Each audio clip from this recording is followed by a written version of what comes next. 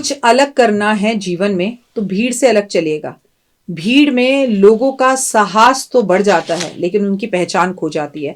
नमस्कार, सुस्वागतम, वेलकम, अभिनंदन। मैं हूं आपके साथ आपकी अपनी होस्ट दोस्त डॉक्टर वायरा की। आपका स्वागत अभिनंदन करती हूं आपके, मेरे और माता रानी के इस खूबसूरत से यूट्यूब चैनल पर। कैसे हैं आप? आपका स्वागत अभिनंदन है। आप हमेशा खुश रहें, मस्त रहें, बिंदास रहें। परमपिता परमात्मा से ऐसी कामना है लाइफ में कभी किसी चीज की आपको कोई कमी ना हो। मेरा ये संसार जीवन में हर कुछ पाए जो उसे चाहिए, ओए होए, और आप पा भी सकते हैं पॉजिटिव थिंकिंग के साथ।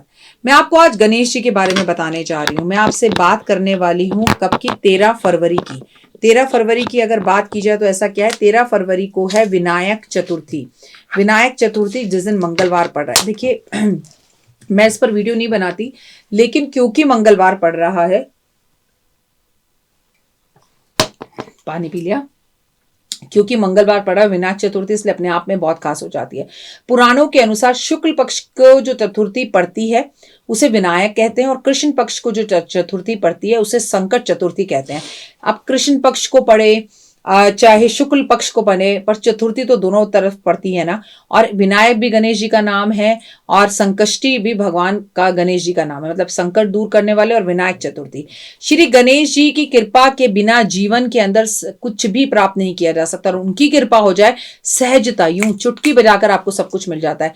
हिंदू धर्म ग्रंथों के अनुसार पौष मास की शुक्ल पक्ष की चतुर्थी को विनायक चतुर्थी और परम वरद चतुर्थी के नाम से भी जाना जाता है। हिंदू धर्म में कहा जाता है कि गणपति महाराज सभी कष्टों और तकलीफों को दूर करने वाले हैं। विनायक चतुर्थी का व्रत रखने से भगवान की असीम कृपा होती है।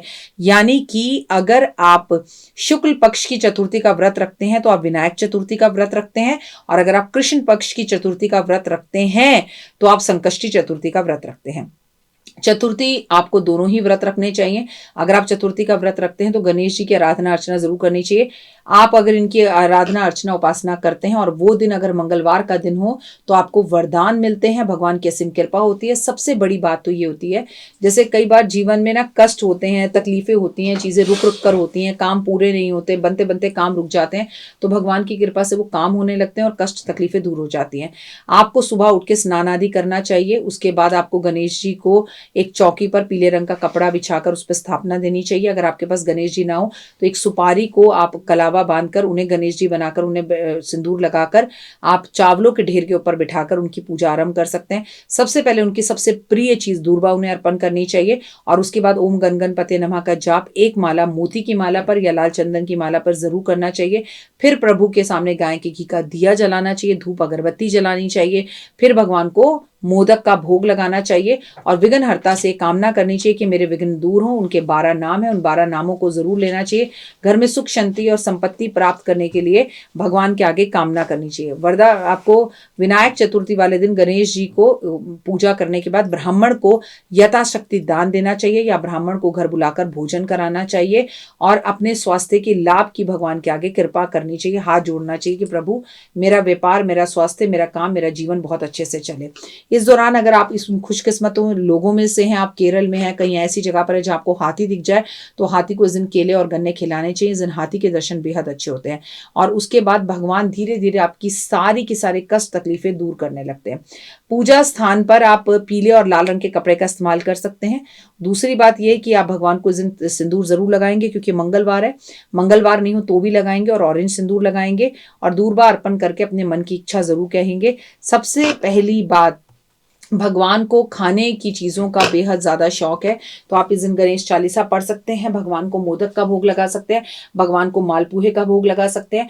भगवान के समक्ष बैठकर आप, बेहद ज्यादा जरूरी है कि शिव चालीसा पढ़ सकते हैं। आप भगवान के सामने बैठकर एक कागज के ऊपर शुभ और लाभ लिखकर, रिद्धि सिद्धि लिखकर, और बीच में गणेश जी की एक तस्वीर बना सकते हैं, और भगवान को ये समर्पित गिफ्ट के रूप में दे सकते हैं। अपने घर के आसपास के किसी मंदिर में दे सकते हैं, किसी ब्राह्मण को तोहफे में दे सकते हैं। पर ऐसा काम तो वही कर सकता है जिसकी राइटिंग बहुत खूबसूरत हो या जिसकी ड्राइंग बहुत अच्छी हो। आप एक बात याद रख लीजिए, कर्जा उतारने के लिए गणपति से बेहतर भगवान और हनुमान जी से बेहतर भगवान कोई भी नहीं है। जो लोग अपने घर में व्रत ना भी रखो, भूखे ना भी रहो, आपकी 10 बीमारियां चल रही हैं, केवल चतुर्थी पर अपने घर के द्वार गणेश की पूजा, मैंने आपके साथ द्वार गणेश की पूजा की वीडियो भी शेयर की हुई है। द्वार गणेश की पूजा करें, अपने घर के जो गणपति महाराज उनकी पूजा करें, गाय के घी का दिया जलाएं, उन्हें सिंदूर अर्पण करें, गुलाब के फूल अर्पण करें और हाथ जोड़ के उनसे कामना करें कि जीवन के हर काम में मुझे प्रॉब्लम हो रही है, जीवन के हर काम में मेरे काम रुक रहे हैं और मुझे आपकी रिद्धि सिद्धि शुभ लाभ चाहिए। माँ लक्ष्मी गणेश के बिना नहीं आएंगी, शिव गणेश के बिना नहीं मानेंगे, पार्वती गणेश के बिना कुछ नहीं देंगी, शुभ और लाभ गणेश के बिना नहीं आएंगे, रिद्धि और सिद्धि गणेश के बिना नहीं आएंगे। क्या आपको समझ में आ रहा है कि दुनिया के अंदर सबसे बड़ा स्थान गणपति महाराज का है। अगर गणेश जी प्रसन्न हो जाएं तो आपके सारे बिगड़े ग्रह भी सही हो जाएंगे। अगर आपके दुश्मन आपको बहुत तंग कर रहे हैं, अगर आप बार बार एक नंबर से रह जा रहे हैं, अगर आपको सरकारी नौकरी नहीं मिल रही, तो वो शुक्ल पक्ष की गणेश चतुर्थी हो या वो कृष्ण पक्ष की गणेश चतुर्थी हो, हमें गणेश जी को रोज मनाना चाहिए। और जिन लोगों के घर में हर मंगलवार गणेश जी का विशेष कर पूजा होती है, गणेश जी की विशेष कर के आराधना होती है, तो उनके ऊपर तो भगवान की असीम कृपा होती है। अगर आपके घर के आसपास हाथी मिल जाए और आप उसे उस दिन सिंदूर का तिलक लगा पाए, खासकर उसकी सूंड पर, तो हुए आप शब्दों में मैं आपको बयान नहीं कर सकती हाउ लकी यू आर। तो आप इतने ज्यादा लकी है कि आप स्वयं साक्षात गणपति महाराज को जीवित रूप में देखकर उन्हें तिलक का जो है वो टीका कर रहे हैं, लेकिन हथनी नहीं, हाथी ही होना चाहिए। इस बात का विशेषकर ध्यान रखें। और हाथी को इस दिन गन्ने खिलाना, केले खिलाना, उसकी परिक्रमा करना, उसे गले लगाना, उसे स्पर्श करना, साक्षात विनायक को यानी गणपति महाराज को स्पर्श करना है। इससे माँ पार्वती की भी विशेष कृपा आप पर होगी। तो मैंने आपको शुक्ल पक्ष की कही है, कृष्ण पक्ष की कही है। मैंने आपको बताया कि 13 फरवरी को विनायक चतुर्थी का व्रत अगर अभी तक आप नहीं रखते, मंगलवार से आप आरंभ कर सकते हैं। इससे आपको बेहद ज्यादा फायदे होंगे और लाइफ के अंदर आपको सक्सेस मिलनी शुरू हो जाएगी। अपना और अपनों का रखें बहुत ज्यादा ख्याल। मुझे 5 minute story believe in Karma और बहुत ज्यादा जरूरी है कि आप बिलीव इन कर्मा के साथ साथ 5 मिनट स्टोरी पर और मेरे फेसबुक पर भी, मुझे इंस्टाग्राम पर भी फॉलो जरूर करें। आप सबकी कृपा से दिन दुगनी रात चौगनी तरक्की, मेहनत रंग जरूर लाती है and it is all because of you guys. तो मैं भी दिन रात आप लोगों को दुआएं देती हूँ, आप दिन दुगनी रात चौगनी तरक्की करें।